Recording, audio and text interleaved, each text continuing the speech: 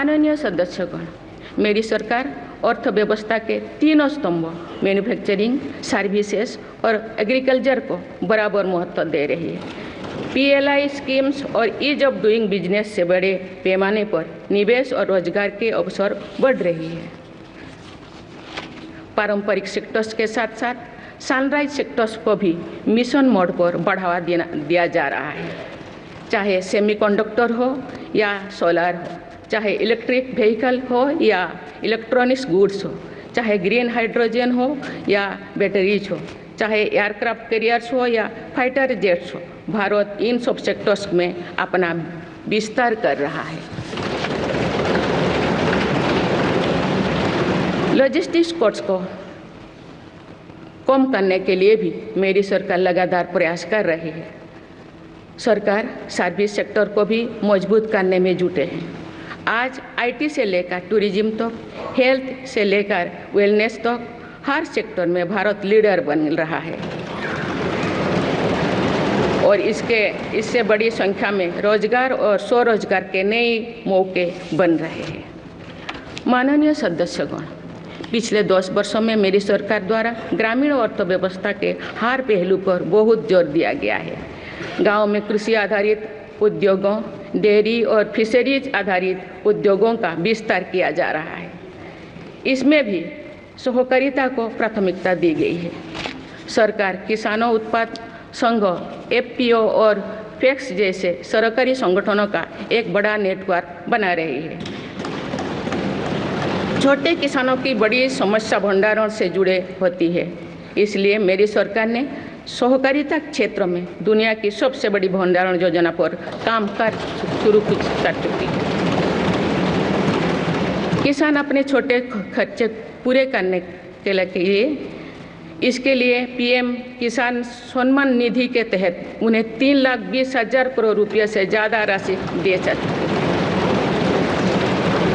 मेरी सरकार के नए कार्यकाल के शुरुआत दिनों से ही किसानों को 20,000 करोड़ रुपया से अधिक की राशि ट्रांसफर की जा चुकी है। सरकार ने खरीफ फसलों के लिए MSP में भी रिकॉर्ड वृद्धि की है। माननीय सदस्यगण, आज का भारत अपनी वर्तमान जरूरतों को ध्यान में रखते हुए अपनी कृषि व्यवस्था में बदलाव कर रहा है। हम ज़्यादा से ज़्यादा आत्मनिर्भर हो और ज़्यादा से ज़्यादा निर्यात से किसानों की आमदनी बढ़े, इस सोच के साथ नीतियाँ बनाई गई है, निर्णय लिए गए हैं। जैसे भारत दलहन और तिलहन में दूसरे देशों पर निर्भरता कम करने के लिए देश के किसानों को हर संभव मदद दे रहे हैं।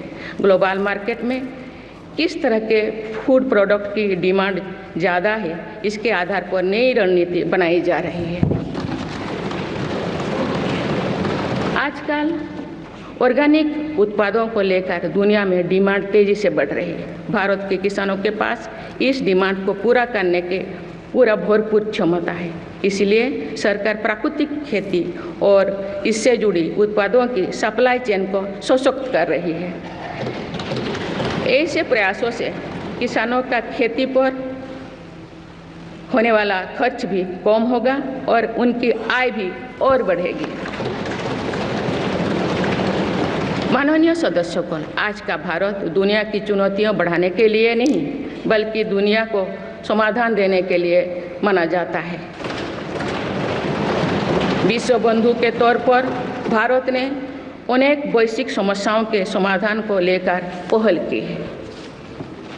जलवायु परिवर्तन से लेकर खाद्य सुरक्षा तक, पोषण से लेकर सस्टेनेबल एग्रीकल्चर तक हम अनेक समाधान दे रहे हैं। हमारे मोटे अनाज श्रीअन्न की पहुंच सुपर फूड के तौर पर दुनिया के कोने कोने में हो, इसके लिए भी अभियान चल रहा है। भारत की पहल पर पूरी दुनिया ने वर्ष 2023 में इंटरनेशनल मिलेट्स ईयर मनाया है। आपने देखा है, हाल ही में पूरी दुनिया ने अंतर्राष्ट्रीय योग दिवस भी मनाया है। भारत की इस महान परंपरा की प्रतिष्ठा विश्व में लगातार बढ़ रही है। योग और आयुष को बढ़ावा देकर भारत एक स्वस्थ विश्व के निर्माण में मदद कर रही है। मेरी सरकार ने रिन्यूएबल एनर्जी की क्षमता भी कई गुना बढ़ाई है। हम जलवायु से जुड़े लक्ष्यों को निर्धारित समय से पहले प्राप्त करने की दिशा दिखा रहा है। नेट जीरो के लिए आज भारत के प्रयास कई दूसरे देशों को प्रेरित कर रहे हैं। इंटरनेशनल सोलर अलायंस जैसे पहल पर आज रिकॉर्ड संख्या में दुनिया के देश हमारे साथ जुड़े हैं। माननीय सदस्यगण, आने वाला समय ग्रीन एरा यानी हरित युग का है। मेरी सरकार इसके लिए भी हर जरूरी कदम उठा रही है।